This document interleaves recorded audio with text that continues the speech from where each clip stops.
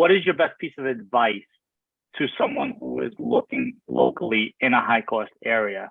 Jared, I'll give you this one first. Advice for getting started, for finding a deal, or you have a deal and advice for running it?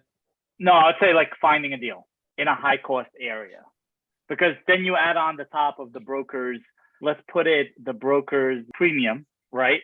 Mm-hmm. And it gets very, very hard to do a deal in most cases. So what would you advise someone who's local, and maybe this could kind of tap into some of your past experiences of how you source deals, but Yes. What's your best piece of advice of finding a good deal in a high cost area? Got it. Especially those guys who invest everywhere. There's people are really smart and people are really hungry, much smarter. Remember that they're probably smarter than all of us, and they're hungrier than all of us. Certainly hungrier and smarter than I am. We need all the edges that we can get.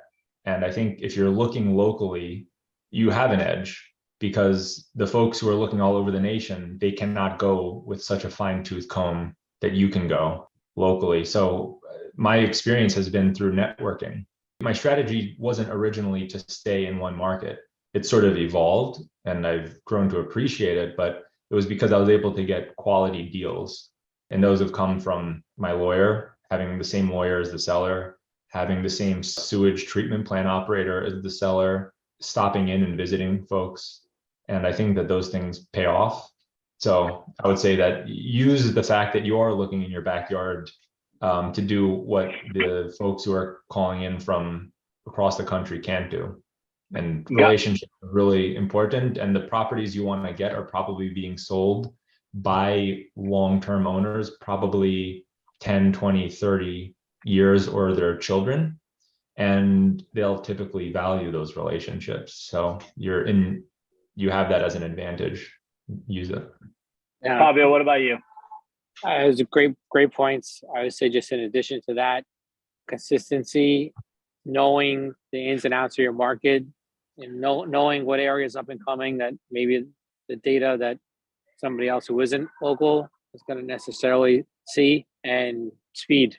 Just like Jerry said, being able to hop over if you're whatever, less than a couple hours drive from a market and a deal comes up, you can get there and look at it and get eyes on it, get a feel for it.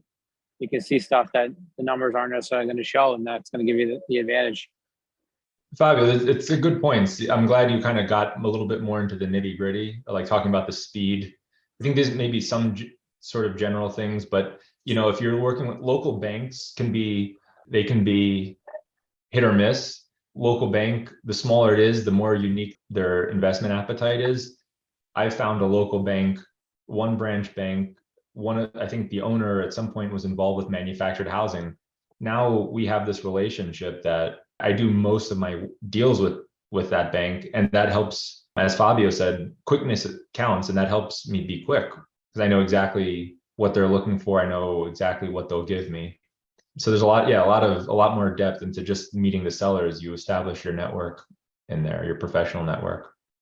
I would also kind of tap onto that it's interesting when you do talk to a local seller, once you get out of the whole broker middleman, but if you actually get a hold of the local seller and they can hear that you don't have an accent, they can hear that you're not just some out-of-state investor that's looking to shake them down, that goes a long way. I remember, Jared, I think we actually spoke about this because at one point me and Fabio were doing some cold calling, sellers, and you're like, that's not going to work in my area because the moment they hear your New York accent, you're dead in the water.